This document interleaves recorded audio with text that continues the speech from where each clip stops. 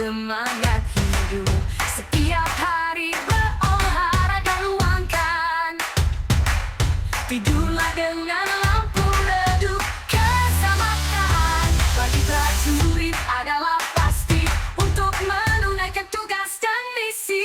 Jangan biarkan malas menghadapi, sakit akan cepat mendatangi. Jaga posturmu dan seksama, jauhkan semua rasa malas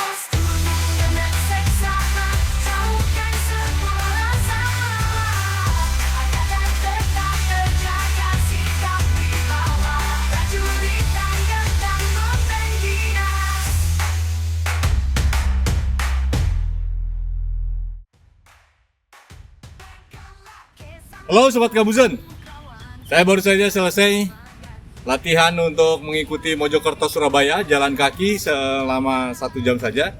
Ini adalah tahap awal sebelum nantinya mengambil rute yang lebih jauh. Mojokerto Surabaya itu jaraknya 55 km dan sebaiknya ditempuh antara 11-12 jam. Saya didampingi oleh beberapa anggota. Di sini ada Pak Tino. Siap. Gimana rasanya? Siap, sehat. Gimana jalannya barusan? Jauh? Siap. Cukup. Ya, nanti mau ikut kan? Siap. Ya, mudah-mudahan ya. Siap. Berjalan itu adalah olahraga yang paling mudah dan sederhana. Semua orang bisa melakukannya. Dan kalori yang dibakar juga cukup banyak, apalagi jika waktu, jarak ditambah. Namun untuk tahap awal kita perlu hati-hati, jaraknya tidak terlalu jauh, tapi minimalnya adalah 1 jam berjalan.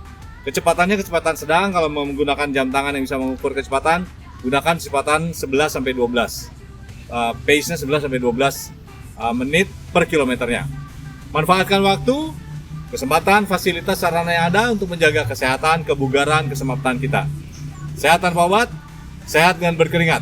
Kekar bugar di usia senja. Kabuzen.